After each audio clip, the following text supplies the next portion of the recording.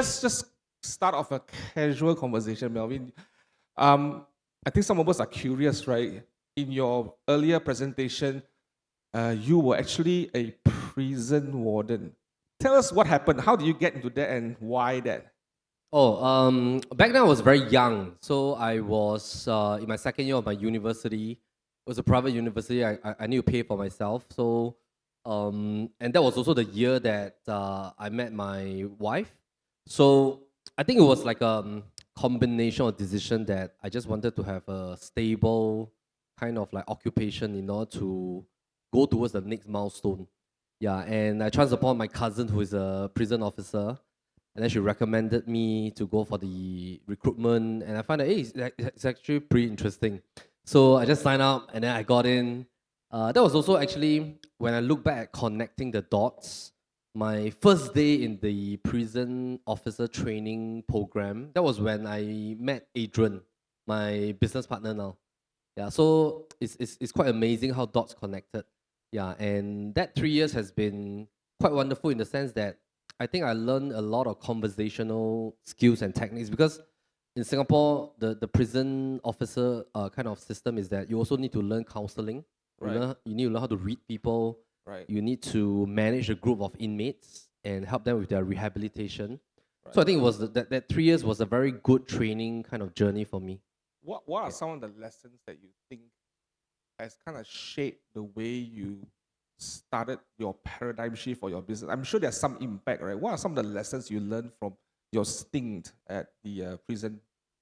Um, I think in the government sector, of course, that was my first experience working in like a huge organization. So I realized that um, you need to learn how to sort of like, as a very young person, interact, communicate effectively, and also you get to see a little bit of that toxicity in the workplace also, like not just from inmates but also from other colleagues as well. So I think that's the start point of your career that you need to learn like, okay, how do I maneuver and how do I not get involved in like politics, Right. but really just do my work excellently. But I think there's two things. Number one is that when there was a shift when I was actually speaking with very senior prison officer,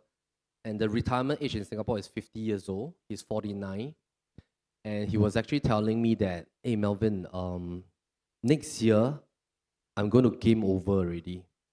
Yeah, so when I heard that, I was thinking like, hey, um, do I want to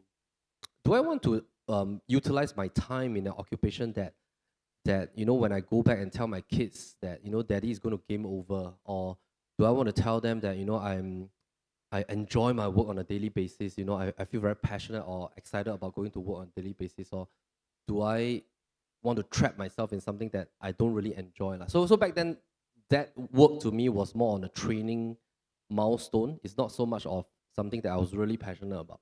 Yeah. What was the shift that because you talk a lot about paradigm shift this morning. I want to just focus a little bit about that. What was it that triggered you to shift and say, I don't want to do this anymore, I'm going to go into real estate, I want to be successful? What was that shift?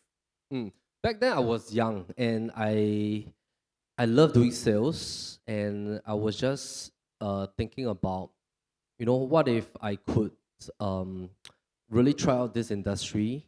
And real estate to me is a very new thing. I feel very in awe that I need to step inside a product to sell the product. I need to Right. go inside the house to sell that house.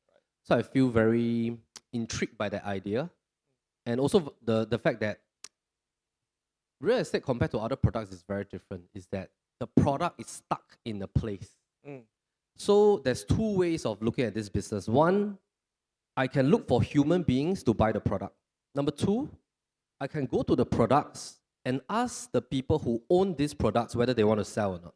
Mm. So to me, there's two ways of doing the business. I find a human, or I go to the location that the product is being located, because the product cannot be moved.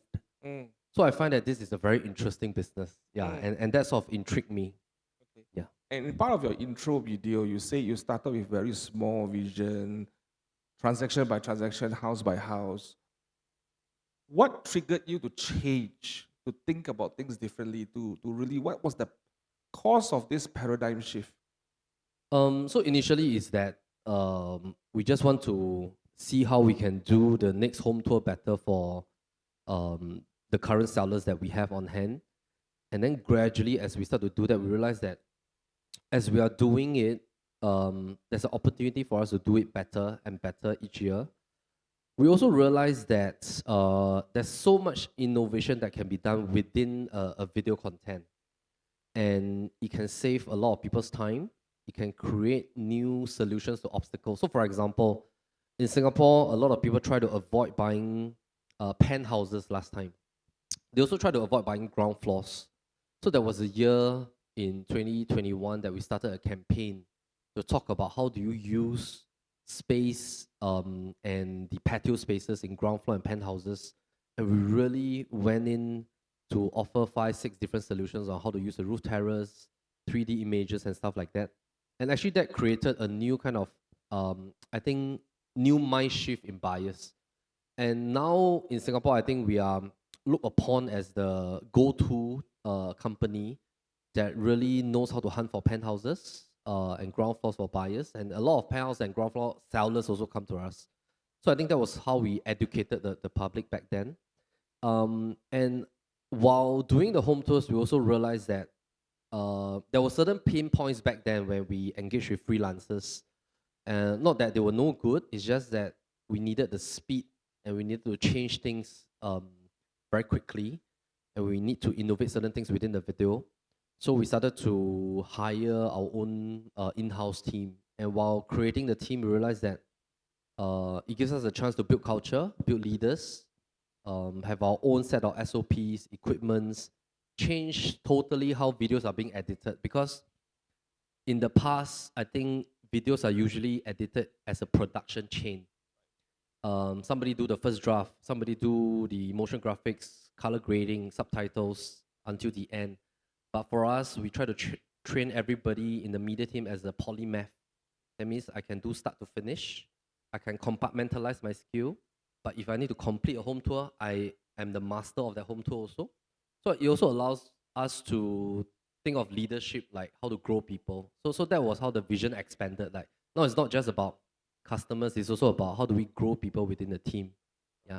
Let's just go deep a little bit about that. What's your current vision for your business? What's the vision like now? Yeah. So every year we create like a bridge model, like where we are now, where do we want to go in 1 year, 3 years, and 5 years. So every year we have a strategic plan. Our main, I would say, 1 year vision for 2024 is that this year we started PLB Assembly, which is like the School of Real Estate. So we want to use the School of Real Estate to educate realtors as well as media creatives. Then we also started our events brand, PLB Socials.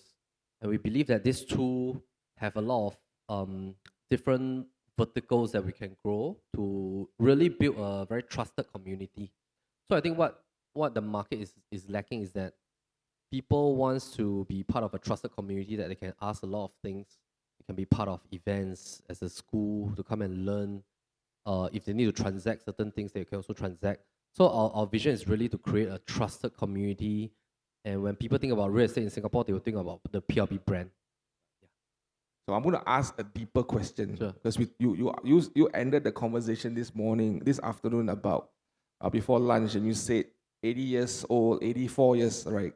The average age. And assuming today, right now, you are at that year right now, 84, how would you envision your company would have become? What would have happened? Like, you look back and say, hey, that's the kind of company I want. That I'm proud of doing this at the time when it's game over time, right? How do you feel and how do you see that your business has become? Well, that's a very deep question. If I were to be 82 or 83 years old, I think I would be very proud at the amount of people that we have impacted, the amount of leaders we have grown. Then I think is that if we can see like the realtors community being at a very happy and satisfied and professional level, that will be something that will be very good lah. Like I will feel like very satisfied that we have sort of be a part of shaping how this industry actually function in the marketplace. Because I feel that there's still a lot of gaps in this industry. So if you can just play a small part just to impact more people along the way while we're doing our business, then I think I'll be very thankful and satisfied. So creating impact in the industry and also having that impact not only in, it could be also the economy of the country, right? The property market, all the stakeholders that's involved in the business, right? You talk a lot about leadership, right? As in your conversation just now earlier. What does that mean to you? What in your definition, in your understanding, what do you think good leadership is? A leader has to be a giver lah. Yeah, so a leader is really a giver. Leadership is tough. There's a lot of sacrifice. There are things that you need to know how to manage, maneuver. You need to say the things at the right time, right moment. You need to deal with difficult situations at many situations. So I think if the leader's heart is not a giver's heart, then it can be quite tiring in a sense. Yeah. So I think to me leadership is really about giving your time to grow people, challenge people, inspire people. And are you able to duplicate more leaders as you grow to be a leader? Yeah. So it's a combination of all those factors. Why do you think it's so challenging to give? I think probably it's a combination of like societal pressures or maybe as the person is trying to go towards leadership, there's a phase or season that firstly you must be a master of your craft. Then at the same time, while you are a master of your craft, you are also building your leadership skill and managing skills to escalate to the next level. It's not easy because as a practitioner versus a leader, there's like a gap. So the skill sets are drastically different. And sometimes a lot of leaders, they feel very challenged because maybe they feel that I'm not good enough in my own performance. Do I have that capability to guide my downlines or things like that? So I think it's that combination of struggles. Yeah. How would you, and I'm sure you probably have experienced some of these struggles before, what would your advice be if we are all struggling in the area of leadership, especially in the area of giving? And sometimes there is this fear of, what about people that I'm building is going to be better than me or they leave me, right? So what's your advice? So I think it is to know that I always tell my leaders that even if let's say you build a team, you have people under you one day, the people are not going to stay with you forever. Yeah. So the reason is because we have to be reasonable in the sense that all of us have different seasons. There will be seasons that people will move on to a new place, a new occupation, a new business. They will become business owners, or they are in a different season in their family life. So we need to think in this kind of like mindset that if the person is with me for this season, I will do my best to grow the person and not really worrying about whether this person will leave me or not. So I think that's the first part. Second part is that I think the moment you start to adopt the mindset that, I need to grow the person, you yourself will naturally feel that I need to expand my capacity to grow my capabilities. And how can I grow my craft so that I can guide people better? How can I accelerate my learning? And I think one of the best leaders in the world, they are readers. They read a lot. They consume a lot of good content. And I think they use a lot of fragmented time. Fragmented time are time that you travel, you drive and all that. So you use fragmented time to really accelerate your learning. Have a learning-based mentality, Yeah. and think about how to increase your world so that it's big enough for people to enter your world. Because I know a lot of times we have this idea that leadership is fixed. Actually, it's a variable. It's a dynamic thing. It's not fixed, right? Okay, let's switch gears a bit. Let's talk about the life of an agent. You are a very successful agent yourself, and you probably have a lot of successful agents in your company. What do you think are some of the key struggles that most agents are going through right now? Constant struggles, I think, is usually based on my observation of a realtor's life. Is usually they start off, if they start off at a very young age, they probably, because of all the energy that they have as a young person, single person, they probably will get success in the very first early 3 years. And one of the pitfalls I saw is that they spend all their money. That's number one. That means like really spending on things that do not generate a return. That, for example, I mean, in Singapore, a lot of realtors immediately buy big cars and all that, but they don't invest in real estate. So I think that's the number one thing. Number two is that I think once the realtor go into a mid-season, they start to settle down, have a family. That's where the real struggle comes in. So this is something to do with the mind space and the family side of things, plus the demands of being a realtor, running this business. So that phase kicks in. You start to get married, have kids. You want to build your home and all that kind of stuff.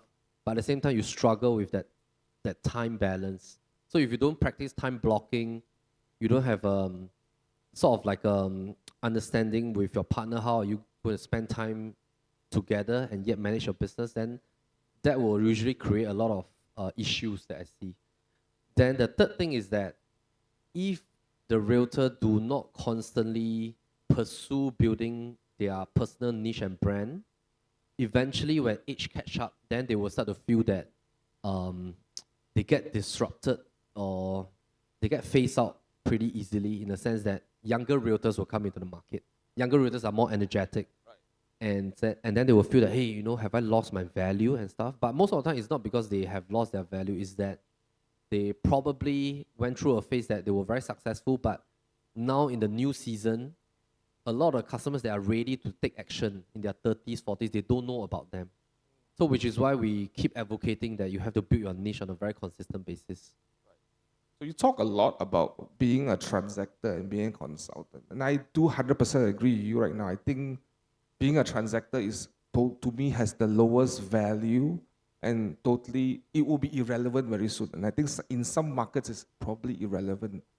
How do one navigate their way to move away from being a transactor and go into that consultative mode? How do we make that shift? Now, I think the number one thing is to start talking like an analyst and really utilize charts, news, market trends to educate your audience. Most of the time, this information are already out there, but consumers want to hear your viewpoint. That means, how do you break down this information into simple, understandable concepts to your target audience? Because all these things are on news and there are already charts available. If you subscribe to certain research platforms, you can gain all these charts and all that. But they want to hear your point of view. They want to hear whether can they invest in this property, or should they avoid this price point now? Should they go for something of a lower quantum? Should they switch the region because there's transformation there or things like that? How do you see that balance in terms of pricing gap and stuff like that? So I think it's to start speaking like a consultant level analyst, but yet also still being a very approachable person to them. Yeah. So once they see that on screen, I think you will attract them. They will know that, hey, this consultant does his or her homework. Let me go to her for advice. Let me go to him for advice. Because actually 90% of the realtors on the ground is, I would say, is maybe what a consumer is seeing is that it's always like hard selling, right? They are always being sold. So people don't like to be sold. People like to gain value first, and then they will automatically seek you out to transact.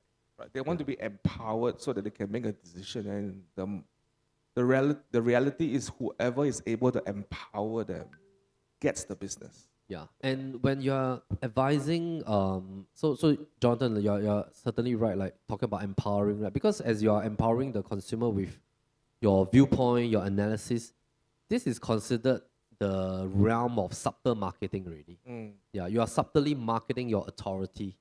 And that is by itself a differentiation. And one thing to know is that when you create a content, it stays in the social media space forever.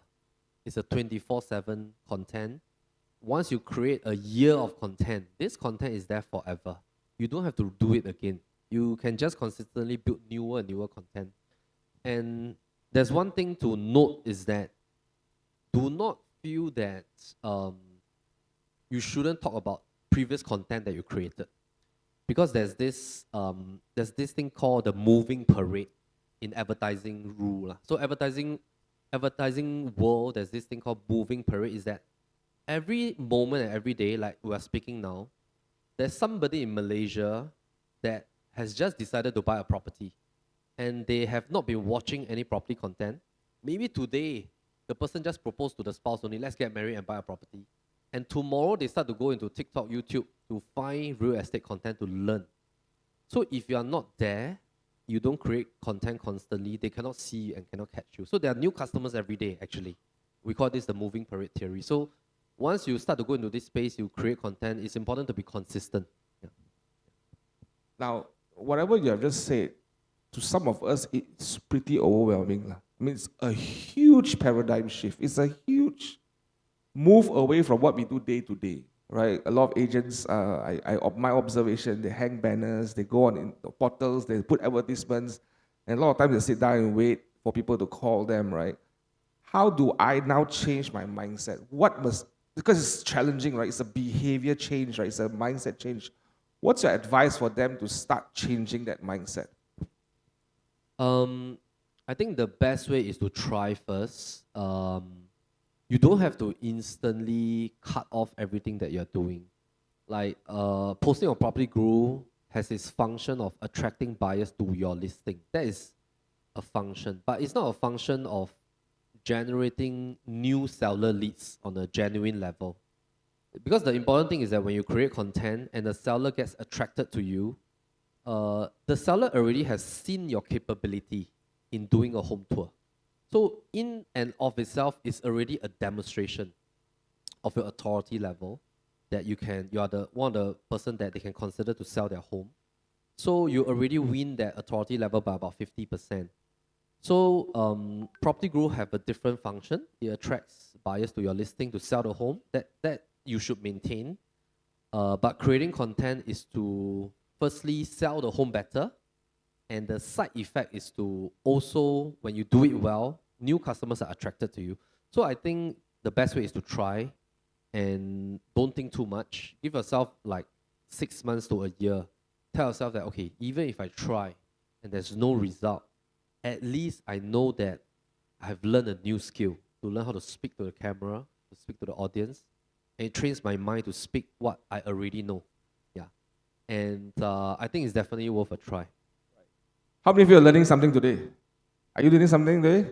Right. Okay. So the Slido slide. Can I have the Slido slide back on? If I could have some questions from the floor, because I think Melvin is here. If you have noticed, he is a pretty much open book. He will open up as much as he can to answer any questions. So, guys, if you have any questions on Slido, please do send it into the Slido, and then I'll be navigating the questions. Okay, my next question. What do you think is the future of real estate agents? Like, based on what you are seeing right now, what's going to happen to us in the next 5 to 10 years? I think a real estate, a realtor, definitely, as I mentioned, the transactor role will be there, but the transactor role will be at a level that it will not be a top priority in the mind of a consumer, right? But it's still necessary to transact the property in a smooth fashion for sellers and buyers to transit. So the center tier will be really as a consultant level. But I think the new tier that a realtor will need to adopt is that how do you utilize all the tools that's available for me in order to generate content, in order to value add, conduct research. And if you are a master of tools, then you'll be a very effective realtor. So I think it's a combination of these three things combined into one. Transactor role is still needed, but not a lead generating source. Consultant role is a lead generating source, and then of course a master of tools. Okay, it's a good questions. All the questions are coming in. I'm sorry because my phone internet was jammed, so the questions start coming in already. Now, someone is asking for clarification. You have 65 creative people in your team, and they're all employees. Is that correct? Yes, And how many agents do you have right now? 65. And how 65 employees and 65 agents? Yes. So it's about 130 people in the team. Yes, 135. So what was the kind of revenue or transaction you did last year? Last year we did about 18 million. 18 million Sing dollar in terms of gross commission income. Yeah, with 65 realtors. With 65 realtors, 18 million GCI gross commission income. How many transactions was that? 600 plus. 600 plus transactions. So that means averagely each agent is doing about 10 over transaction. Yes. Wow, that's a high. And everyone is a producer in the team. 80% are producers. 80% so are we producers. our model is a bit different. Our split system is between 50 to about 70%. Right. So we wanted to reverse the model of Pareto principle because usually in the industry, only 20% of the agents earn all the GCI. Right. But we wanted to create a system that 80% can be producing agents. 80% is producing agents. So and how many videos do you churn out per week, per month? Every day there will be a home tour that will be out. Then on top of that, we have another channel that is Nuggets on the Go. So that's podcast, one video per week. Then we have a new launch talking about developers reviews, also about one video a week. Then on a daily basis will be all the shorts and different kind of social media content. So I would say that per month, probably close to about 30 plus or 40 videos, long form videos. Long form videos. Yeah. So every day there's one video. Yes. So in a year you have 365 videos. Yes. And how many views you have per video roughly? It depends. Like usually houses that are nicer, which is a reality, they will get more views within the first 3 days, maybe 10,000 plus to 20 over 1,000. And Singapore is a small market. Usually I would say that people like to watch more tabloid news lah, like more entertainment and stuff. So I would say that even when you start a real estate channel, and Malaysia is a big market, right? You have more audiences. Right. Even if you feel that your views are low, do not be dejected, because if you create long form content and if you look at the retention rate, and there are people who really watch at least half or 75% or until the end, nobody will actually watch everything unless they have a certain level of readiness. Right. Yeah, because most of the time, people who are not interested in buying or selling, they will go and watch entertainment stuff. Right. Yeah, but if they really watch your content, it means that they are following something. They might take action someday. Right. Yeah, so you should not give up. So it's not a mass market approach. It's a very focused market, right? It's not like the way entertainment is and all that. It's just very focused, very specific. Yeah. So it's okay to have a lower click rate or lower view rate because it's supposed to be like that. Yes, but of course, I think there are various perspectives and ways. If you want to do it in the entertainment fashion, I think that's also okay if you have your own style, because everyone is different. You want to do it, I think like when I was looking at some of the research, there are realtors that do it in a humorous way here, analysis way. I think it's really your own style. You will create your own audience, and the world is big. There will be different people that will need your services at different points in time. Okay, I've got a few good questions. I'm going to try to mix them into one question. What's the biggest mistake you ever made in your business? Biggest mistake was not being patient and being very greedy. That means I was trying to like prove to people that actually probably does not even exist, or just wanted to prove that I'm somebody or I can make it. That was before my business mistake at age 32. So partly also because I want to prove to my dad lah, right? So like my dad didn't want me to go to university. He said that 你不是读书的料, or you're not cut out to study. 你是写书的料。Yeah, so you just go and work, right? So which is why I went to teach like tuition and all that just to get into university. So I think partly it's like that invisible mind space that I need to prove to the world or something that I can make it. So I became very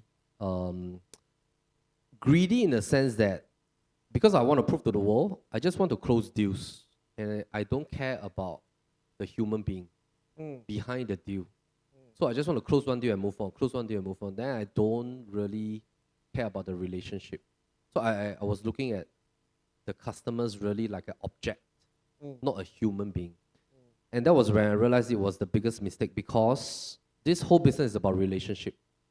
And if the paradigm shift I had was that I then realized that if I were the customer, would I want to be treated that way?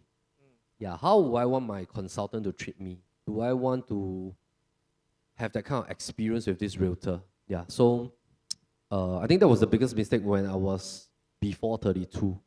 And so thankfully, after 32, after that shift happens, it shaped my mindset and belief. And then it really anchored me down on a more humble level to just do things correctly and then just to build a foundation. Right. And during those time when you shared you went through a time where it sort of almost bankrupt you financially and it was a very difficult restart, right? A few years of restart, right? How do you keep yourself on your feet on the ground and how do you keep moving forward in those challenging times? What are the things that help you to move forward? Oh, so I think this mindset helped me very greatly. There was a friend who told me he worked in the bank and how he trained his bankers is that he always tells his bankers that do not underestimate those that walk into the bank with short pants. 就是穿短裤的人 because all these people wearing short pants and Bermudas could be millionaires. Yeah, so do not judge a book by its cover. Treat everybody the same. Don't give biased treatment. So that gave me a very good mind space. So I started doing all kinds of deals, room rentals, HDB, small deals, big deals, whatever deals I would do. I would just look at a human being and train myself to look at a human being. And there have been a lot of surprises during my 4 years of drought season because there are certain deals that are hidden behind. For example, maybe this is just a rental, but it went on to become like a 25 deals in a row kind of thing because like the tenant recommended the boss to me, the boss asked me to rent out the place, they asked me to invest in the property, asked me to sell her next property and recommended me the colleague, and it became like a whole domino effect. So I think this trained me to really not judge a human being, just focus on the relationship first. Because like Joe Gerard, right? He says the rule of 250, every human being has a net worth of 250%. The moment you do not treasure a relationship, you lose a net worth of 250 people. Yeah. So that's what I learned. Yeah, so I know a lot of people, I've talked to a lot of agents and they always say there is no serious buyer. And I always say it's not about serious buyer, there's just no serious agents. And you're just a good example of how serious we can be. Now this is just a in-between question. Are you coming to expand your business in Malaysia? Oh, so we are planning, because we have about 20 teammates working from home in Malaysia. Right. That's helping our video content in Singapore. So we are planning to start a Malaysia media office to also have a place for recruiting more creatives, but it's really for the creative side of the business. Not the real estate transactions. No, but wouldn't say there's no possibility, but not yet. Yeah. My name in the first list, right? Okay. And so a lot of your people are actually working remotely. So out of the 70 people we have in the creative agency, 20 people are in Malaysia. So you talk about PLV Media as a business. Share us a little bit. What do you mean it's a business? Are you doing something else? So at first we started the in-house unit. It's just to support the real estate transaction arm, and then eventually it became like a whole team of very like-minded and talented group of people. Very young people also. Average age group 25 to 30. We also have a lot of young leaders. So now we have like we have a big group of video team, about 30 people, 3D motion graphics. We have a small tech team, research, and of course the support services like HR, all that. So in the last 1 to 2 years, we started to have like different companies approach us So like SMEs, MNCs, a bit of government agencies also, developers have been approaching us to create content for them. So it's starting to have its own set of like revenue structure. Yeah, so we rebranded that into a creative agency so that it can serve other functions of the market as well. Right. Yeah.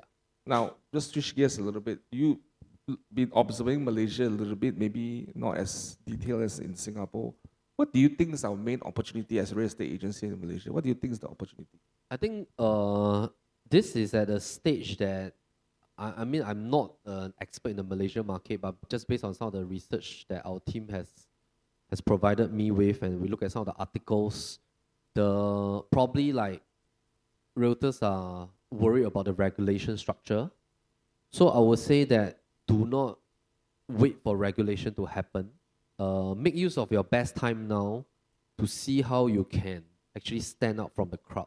So I think actually when I was looking at that, even if there are 100,000 illegal realtors, there's no need to worry so much about what they're doing, even though sometimes the worrying is that, the consumer is so poor thing, they got into this and then maybe they got scammed or whatever it is.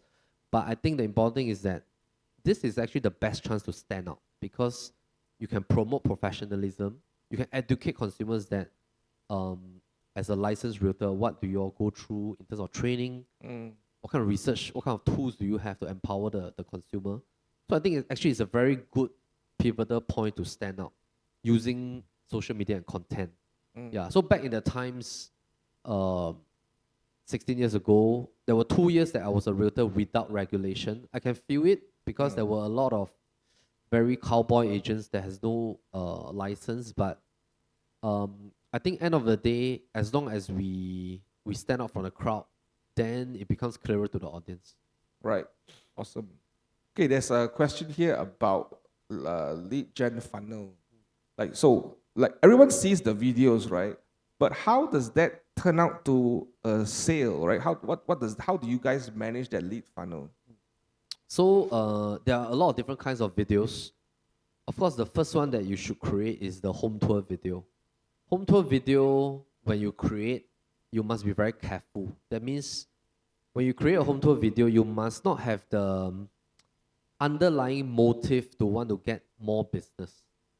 So I realized a lot of people give up or they didn't see results is because when they create a home tour video, they try to make it into like a promo video for themselves. Right.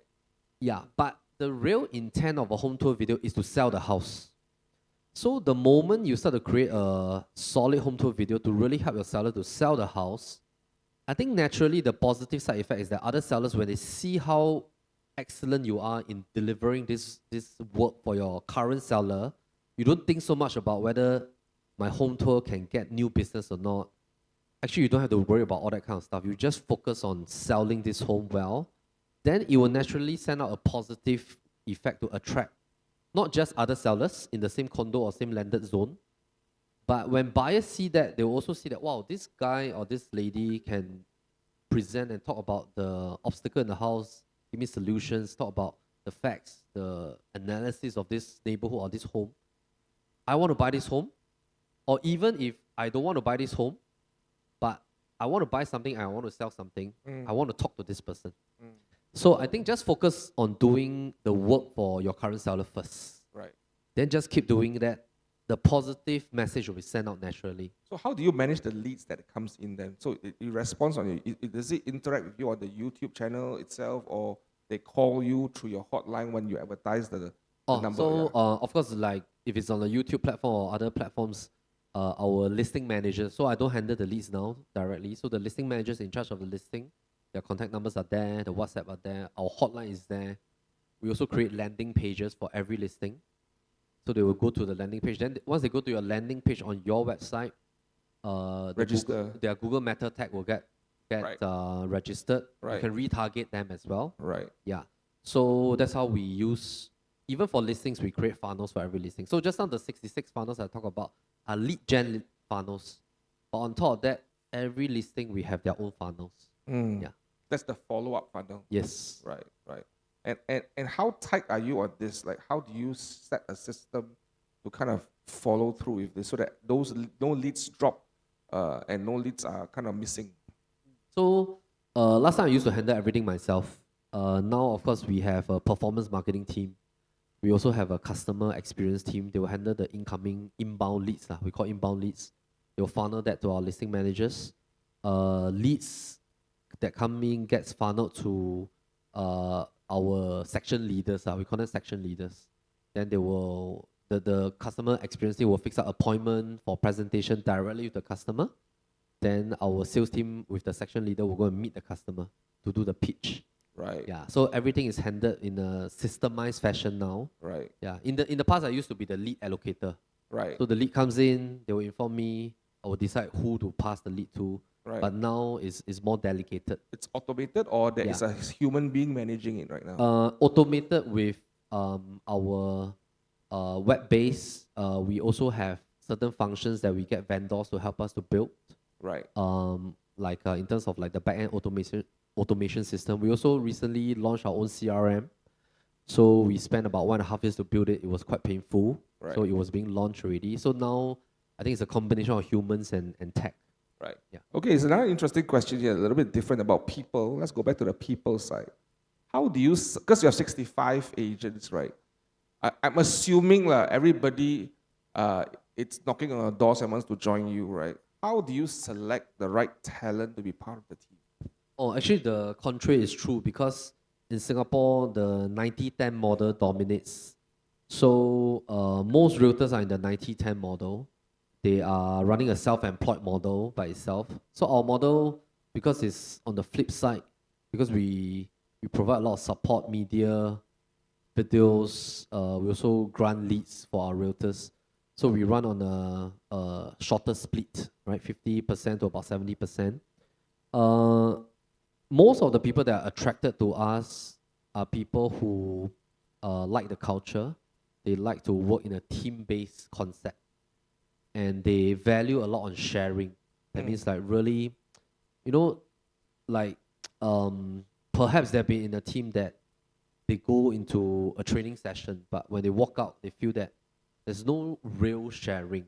There's no real collaboration. So over here, how we started to build a team was that deals are usually done in a buddy system, and we mix them up.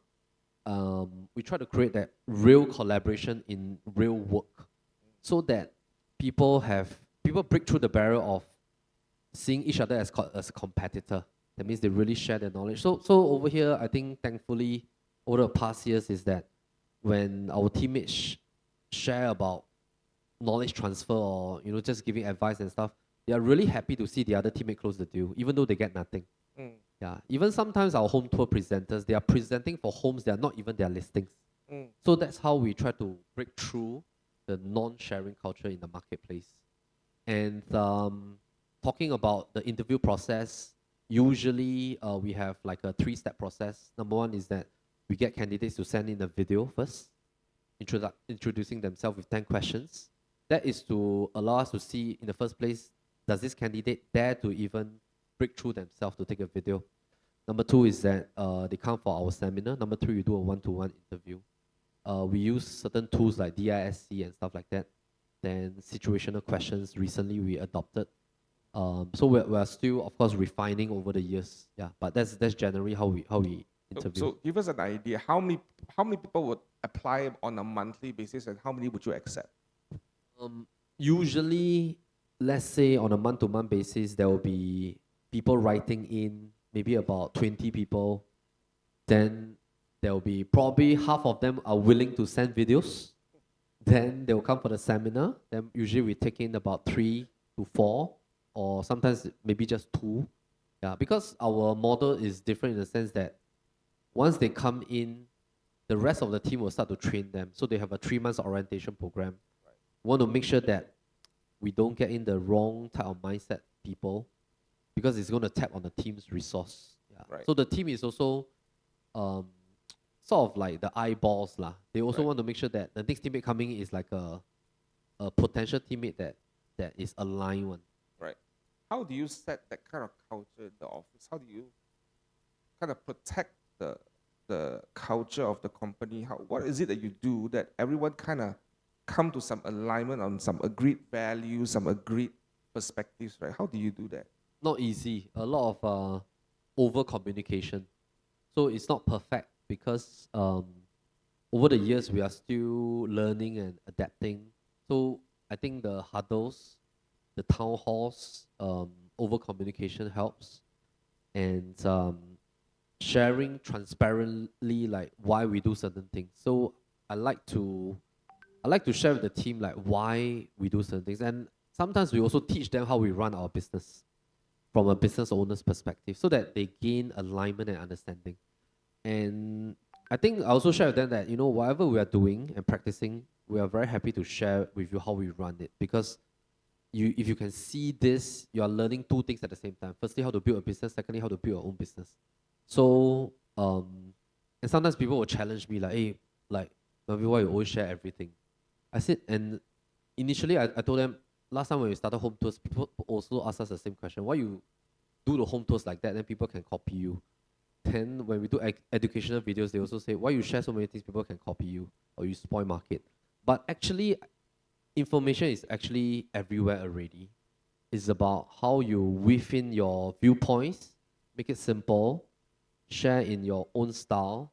And I think everybody has a different style. But I think the end of the day is that actually you don't have to think so much about whether are you sharing things on a free basis or on a paid basis, because as you share, you sort of allow yourself to hone your skills, and then you go up to the next level and you have more things to share, and then you go up to the next level and you have more things to share. Awesome. Okay, we got 5 minutes more. So guys, if any more questions, post it in. We got a lot of questions. I'm trying to go through this. Now, this is an interesting question. Do you think in the next 10 to 15 years, real estate agents are still relevant? Definitely. Why do you think so? Because this product is too expensive. This is one of the highest tier price tag for a product category. Is an investment asset. Is an asset. The moment the price goes up, a human is needed to share advice. A human is also needed to take the blame if something goes wrong. So things that are very cheap, for example, this one don't need a human. But the moment you're dealing with a large quantum product, usually consumers still prefer to have a human being. So it's still much a relationship thing and all that, right? How do you build a good, successful, or a good relationship with clients? What are some of the things that you do that will help you build relationship with clients? So over the years, we developed certain things in the sense that we try to create a good impression before we kickstart first. This sprouted from the story I had when I was young, the Aaron Kwok hairstyle. Plus, I also learned from this company that I was ordering thumb drives from. So there was one time that I was trying to order 100 thumb drives for my salespeople. I sent out to 3 vendors. 3 of them reached back to me with email, but there was one that really stood out, is that immediately asked me for the office address. Within 3 days, the entire sample with about 50 thumb drives is on my table, and it's shipped over from US. So this is like an impression kit with all the samples of the actual thumb drive that I can see, touch, and feel. That resulted us in creating what we call a first impression creative kit. So now, before we meet a client, we send over a kit first. It costs us about $30 for the entire thing in Korea, but it sets a good impression for our realtors to have before even meeting the client. And there's a common chat group. Customer support is there, management team is inside with the customer as well, while our realtors guide the customer. So I think there's a lot of touch point with the customer. We do things like completion gift after the transaction is done. We invite the client for interview. We send them a gift to thank them. And then we invite them for our yearly events. So we keep the touch point warm on a yearly basis. And we try to keep them inside the community. Right. Okay, we are running the last 2 minutes here. If I'm in the audience today and I saw Melvin Lim and the team doing all the stuff that you're doing, and I want to change, I want to start something new, what's your advice for me? Want to start something new? Like I want to change. I want to have paradigm shift right now, lah. What's your advice? Paradigm shift right now. I think don't think so much. Because time is precious, and you are already in the industry, so there's also no need to be like a secret agent. Yeah, don't need to worry about how other people think about you, because 3 years later when you look back, you will feel that actually if you have started that thing, a lot of things don't matter. Yeah, a lot of people's comments don't matter. So there's this book that I read or movie lah. It's like there's no need to worry about living our lives on other people's terms. Yeah, so I think the message is not to worry about, and I think that's the biggest hurdle, is worrying about other people's opinions and comments. Yeah, and when you start this new paradigm shift, I think naturally the first few content will not be good. I mean, like now we watch back our content, we also cringe a lot. Yeah, but every year I think you will get better as you speak to the camera, you talk to your audience. They feel that you are a real human being. So I think as you do it, you are practicing as well. So you are using that chance to create content and practicing. And I think your audience will grow with you because they will see your progress, and then they will start to feel that you are a real human being. And nowadays, people like to see raw stuff. They like raw TikTok, raw podcasts. And you can just create content in a raw fashion. Don't need much editing. Just be real and raw. I think that's No filters. Yeah. Of course, the few guidelines lah. Don't talk about competitors. Just think about what consumers would learn and value add from, and just give that value. Yeah. Awesome. Ladies and gentlemen, Melvin Lim, give him a round of applause. Thank you so much, Melvin, for coming. Thank you. Yeah. Just now, during the first segment, I was wanting to flash my QR code. So if you want to keep in touch with us, you can scan the QR code, can be friends, and then we can interact with each other. Thank you very much. Good to be here. Thank you.